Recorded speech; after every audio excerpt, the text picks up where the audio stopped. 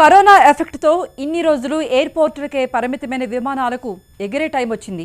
కేంద్రం ఆదేశాలతో అన్ని ఎయిర్పోర్ట్లు సిద్ధమయ్యాయి. మొదటి దశలో 30% దేశీయ సర్వీసులు నడుపుతారు. దీనికి సంబంధించి ఇప్పటికే కేంద్ర విమానయాన శాఖ మార్గదర్శకాలు జారీ చేసింది. విమానాల్లో భౌతిక దూరం నిబంధనేమీ లేదు. ఇంతకు ముందులాగే అన్ని సీట్లలో ప్రయాణికులను కూర్చోబెట్టేందుకు కేంద్రం అనుమతి ఇచ్చింది.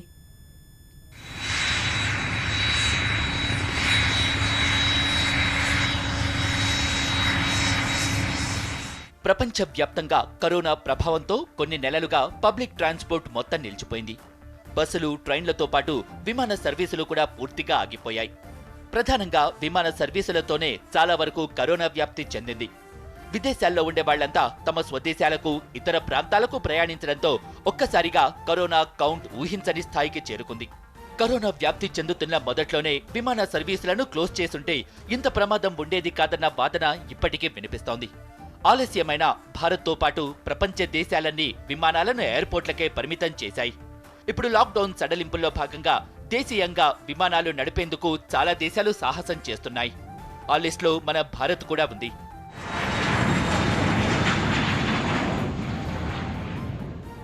దేశవ్యాప్తంగా మార్చి 24 నుంచి దేశీయ, అంతర్జాతీయ విమానాల రాకపోకలు నిలిచిపోయాయి.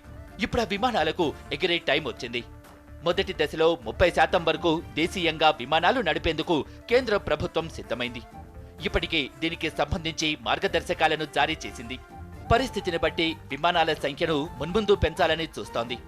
మే 25 నుంచి 3 నెలల వరకు దేశవ్యాప్తంగా విమాన సర్వీసులు నడపాలని కేంద్ర ప్రభుత్వం నిర్ణయించింది.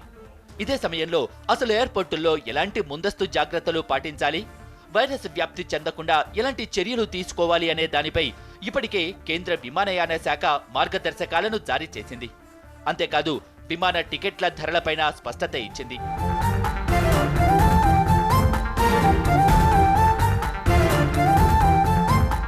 ఏఐఐ మార్గదర్శకాల ప్రకారం వృద్ధులు, గర్భిణులు, అనారోగ్యంతో బాధపడుతున్న వారికి అనుమతి లేదు. విమాన ప్రయాణికులకు మాస్కులు, హ్యాండ్ గ్లౌజులు తప్పనిసరి. ఎయిర్పోర్టుల్లో భౌతిక దూరం తప్పనిసరి. ఆరోగ్య సేతు లేదా తాము ఆరోగ్యంగా ఉన్నామని హెల్త్ డిక్లరేషన్ చూపించాలి. యాప్లో రెడ్ స్టేటస్ ఉన్న వారికి, కంటైన్మెంట్ జోన్లలోని వారిని ఎట్టి పరిస్థితుల్లోనూ అనుమతించారు. అలాగే ఎయిర్పోర్టుల్లో చెక్ ఇన్ కౌంటర్లు ఉండవు. వెబ్ చెక్ ఇన్ చేసుకున్న వారికి మాత్రమే ప్రయాణించేందుకు అనుమతి ఇస్తారు. చెక్ ఇన్ లగేజీగా ఒక బ్యాగును మాత్రమే తీసుకురావాలి. విమానాశ్రయాల్లో వస్తువుల అమ్మకం పైన నిషేధం విధించారు. ఎయిర్పోర్టుల్లో ప్రయాణికులకు పూర్తిగా శానిటైజేషన్ చేశాకే లోపలికి అనుమతిస్తారు. విమానాల్లో సీట్ల మధ్య దూరంపై మార్గదర్శకాలు లేవు. ఎప్పట్లానే పక్కపక్కనే కూర్చోవచ్చు. విమానం లోపల ఆహారం సరఫరా ఉండదు.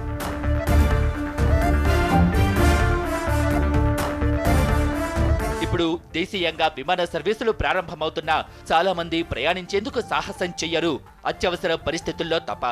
అయితే ఇదే అవకాశంగా చేసుకుని ప్రైవేటు విమానయాన సంస్థలు ఇష్టారాజ్యంగా ఛార్జీలను పెంచకుండా కేంద్ర ప్రభుత్వం చర్యలు తీసుకుంది. ఎయిర్ క్రాఫ్ట్ యాక్ట్ 1934 ప్రకారం కనిష్ట, గరిష్ట ఛార్జీలను నిర్దేశిస్తూ విమానయాన శాఖ ఉత్తర్వులను కూడా జారీ చేసింది. ప్రయాణ సమయాన్ని ప్రామాణికంగా తీసుకుని ధరలను 7 కేటగిరీలుగా విభజించింది. దీంతో ఫ్లైట్ ఛార్జీలు 2,000 రూపాయల నుంచి 18,600 మధ్యలో ఉండనున్నాయి.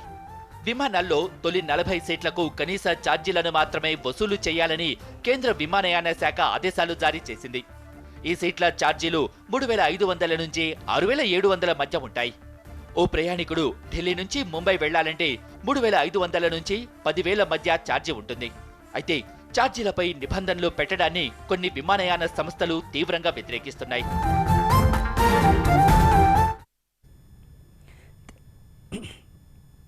తెలుగు రాష్ట్రాల్లోనూ ఎయిర్పోర్టుల వద్ద సందడి మొదలైంది. దేశీయంగా విమాన సర్వీసులకు కేంద్రం గ్రీన్ సిగ్నల్ ఇవ్వడంతో ఆయా ఎయిర్పోర్టుల అధికారులు పకడ్బందీ ఏర్పాట్లు చేస్తున్నారు. విమానయాన శాఖ సూచించిన మార్గదర్శకాలు ఫాలో అవుతూ ప్రత్యేకంగా చర్యలు తీసుకుంటున్నారు. ఎయిర్పోర్టుల్లో ప్రయాణికులు భౌతిక దూరం పాటించడం మొదలుకొని ప్రతి ఒక్కరికి థర్మల్ స్క్రీనింగ్ చేసేలా ఏర్పాట్లు చేస్తున్నారు.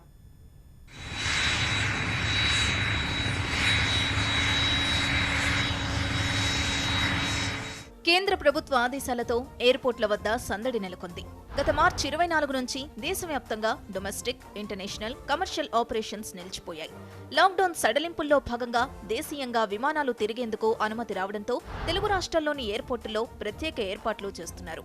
దేశీయ విమానాలు పూర్తి స్థాయిలో నడిపేందుకు ఇప్పటికే ఆయా ఎయిర్పోర్ట్ అధికారులు పనులు పూర్తి చేశారు.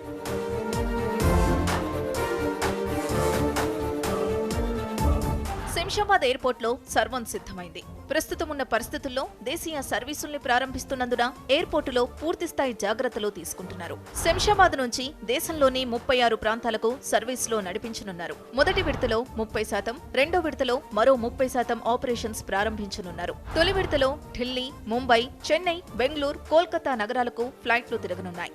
ముందు జాగ్రత్త చర్యల్లో భాగంగా విమానాల్లో ప్రయాణించే ప్రతి ఒక్కరికి తప్పనిసరిగా థర్మల్ స్క్రీనింగ్ చేస్తారు. బోర్డింగ్ పాస్ తీసుకునే సమయంలో భౌతిక దూరం పాటించేలా ప్రత్యేక గుర్తులు ఏర్పాటు చేశారు. ఆటోమేటిక్ హ్యాండ్ శానిటైజర్లతో పాటు ఎయిర్పోర్టుల్లో ప్రయాణికులు దూరంగా కూర్చునే విధంగా సీటింగ్ ఏర్పాటు చేశారు. డిస్ఇన్ఫెక్షన్ టన్నెల్ ద్వారా ప్రయాణికులను లోపలికి అనుమతిస్తారు. ప్రయాణికులకు పరిశుభ్రత, భౌతిక దూర నిబంధనలను అప్రమత్తం చేసేందుకు ఎయిర్పోర్టులో అన్ని ఏర్పాట్లు చేశారు. స్మార్ట్ ఫోన్ ద్వారానే చెక్ ఇన్ కియోస్కులు మానిటరింగ్ చేయనున్నారు.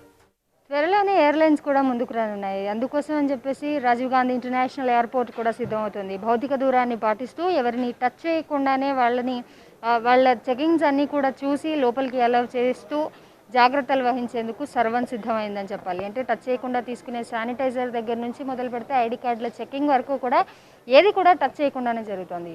ఈవెన్ వచ్చిన తర్వాత ఒక మనిషితో డైరెక్ట్గా కాంటాక్ట్ అయ్యే ప్రాబ్లం కూడా లేకుండా మనం చూడొచ్చు విజువల్స్లో.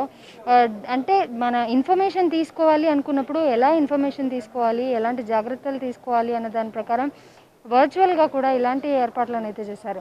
కేవలం ఇది ఒక్కటే అని కాదు, ఖచ్చితంగా ఇటు బోర్డింగ్ కావచ్చు, లేకపోతే ఇమిగ్రేషన్ వద్ద కావచ్చు, అన్ని చోట్ల కూడా జాగ్రత్తలు తీసుకుంటూనే ఏవైతే గైడ్ లైన్స్ ఉన్నాయో వాటిని కూడా పాటించేందుకు అయితే పూర్తి స్థాయిలో ఎయిర్పోర్ట్ సన్నద్ధమైందని అయితే చెప్పచ్చు. మనం బోర్డింగ్ తీసుకునే ప్రాంతంలో ఉన్న కౌంటర్ 1 or 2 దగ్గర మనం కనుక చూస్తే ఓవరాల్గా బ్లాక్స్ ఉన్నాయి. ఈ బ్లాక్స్లోనే నిలబడాలి, ఈ బ్లాక్స్లోనే ఉండి వాళ్ళ బోర్డింగ్ ప్రాసెస్ని తీసుకోవాలి అని కూడా చెప్తున్న పరిస్థితి ఉంది.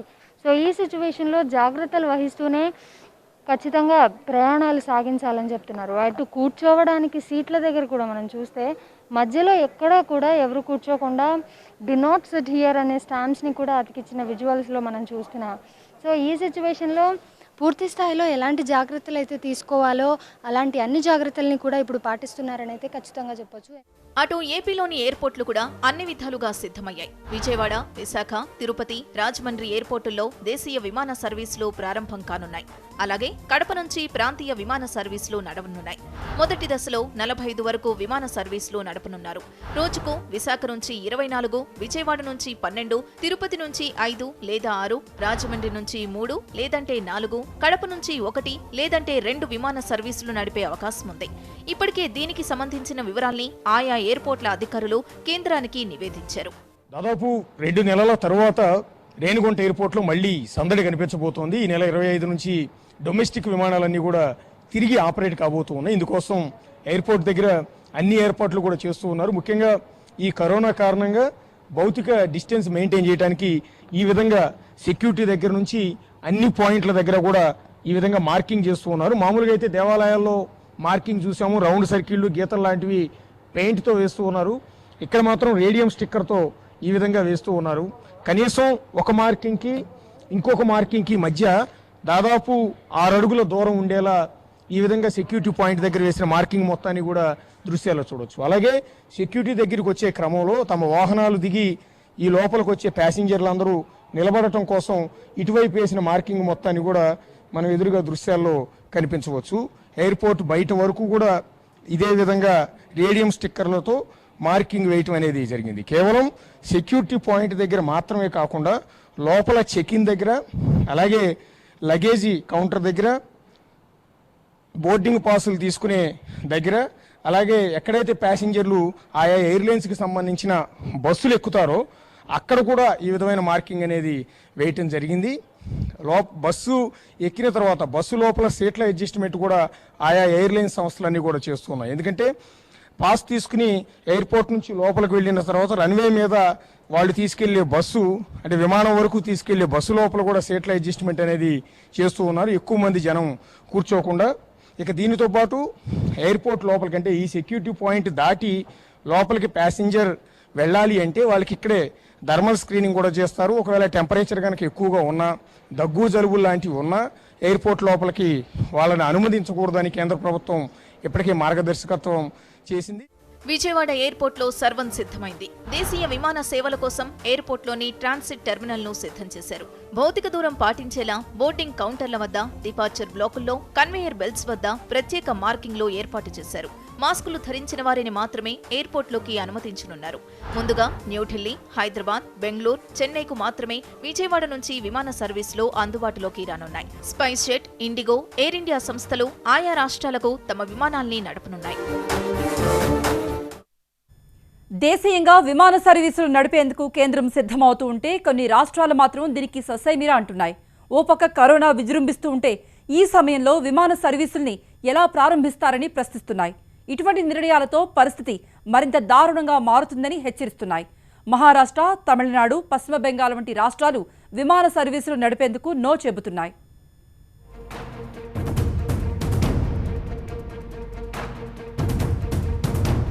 నిజానికి ప్రస్తుతం దేశంలో పరిస్థితి అంత మెరుగ్గా ఏమీ లేదు. 4 సార్లు లాక్డౌన్ పొడిగించినా దానివల్ల ఎలాంటి ఉపయోగం కనిపించలేదు. 2 నెలలకు ముందు చాప కింద నీరులా మొదలైన కరోనా వ్యాప్తి ఇప్పుడు దేశంపై పెను తుఫాన్లా విరుచుకుపడుతోంది. రోజుకు కనీసం 5,000కు మించి కేసులు నమోదవుతున్నాయి. అదే 24 గంటల్లో 100కు పైగా మరణాలు సంభవిస్తున్నాయి. ఇలాంటి పరిస్థితుల్లో లాక్డౌన్ సడలింపుల పేరుతో దేశీయ విమాన సర్వీసులు ప్రారంభించడం పెద్ద సాహసమనే చెప్పాలి. ప్రస్తుతం కొన్ని రాష్ట్రాలు జూన్ 1 నుంచి రైలు సర్వీసులు ప్రారంభించడాన్ని తీవ్రంగా వ్యతిరేకిస్తున్నాయి. అదే సమయంలో రైలు సర్వీసులు ప్రారంభానికి ముందే విమాన సర్వీసులు ప్రారంభించడానికి కేంద్ర ప్రభుత్వం సిద్ధమవడంతో కొన్ని రాష్ట్రాలు ఆందోళన వ్యక్తం చేస్తున్నాయి. దేశీయంగా విమాన సర్వీసులు ప్రారంభించాలని కేంద్రం తీసుకున్న నిర్ణయాన్ని మహారాష్ట్ర, తమిళనాడు, పశ్చిమ బెంగాల్ తీవ్రంగా వ్యతిరేకిస్తున్నాయి. కరోనా తీవ్రంగా వ్యాప్తి చెందుతున్న సమయంలో ఇలాంటి అనాలోచిత నిర్ణయాలు అందరినీ మరింత ఇబ్బందుల్లోకి నెట్టేస్తాయని అంటున్నాయి. ప్రస్తుతం దేశంలో 132,000కు పైగా కేసులున్నాయి. ఒక్క మహారాష్ట్రలోనే 47,000కు పైగా కేసులు నమోదయ్యాయి. ఇక రెండో స్థానంలో ఉన్న తమిళనాడులో 15,512 కేసులు, పశ్చిమ బెంగాల్లో 3,459 కేసులు నమోదయ్యాయి. ఇలాంటి పరిస్థితుల్లో విమాన సర్వీసులు నడిపిస్తే తమ రాష్ట్రాలు మరింతగా ఇబ్బంది పడతాయన్నది వారి వాదనగా కనిపిస్తోంది.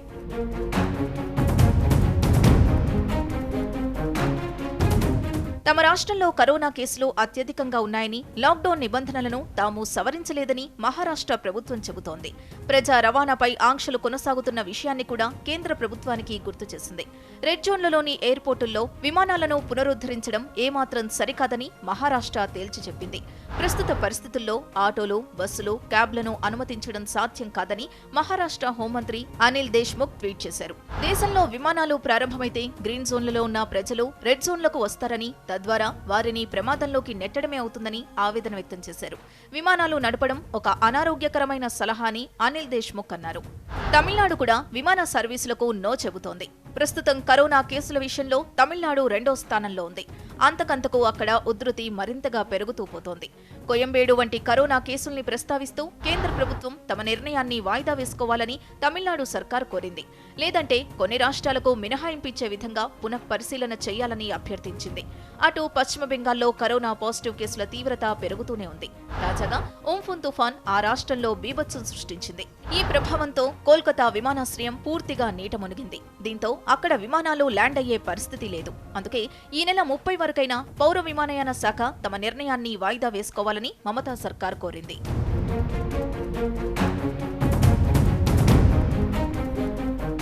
ఎయిర్పోర్టుల్లో దిగే ప్రయాణికులను వారి వారి గమ్యస్థానాలకు చేర్చే రవాణా వ్యవస్థ కూడా అందుబాటులో లేని విషయాన్ని పలు రాష్ట్రాలు కేంద్ర ప్రభుత్వం దృష్టికి తీసుకొచ్చాయి.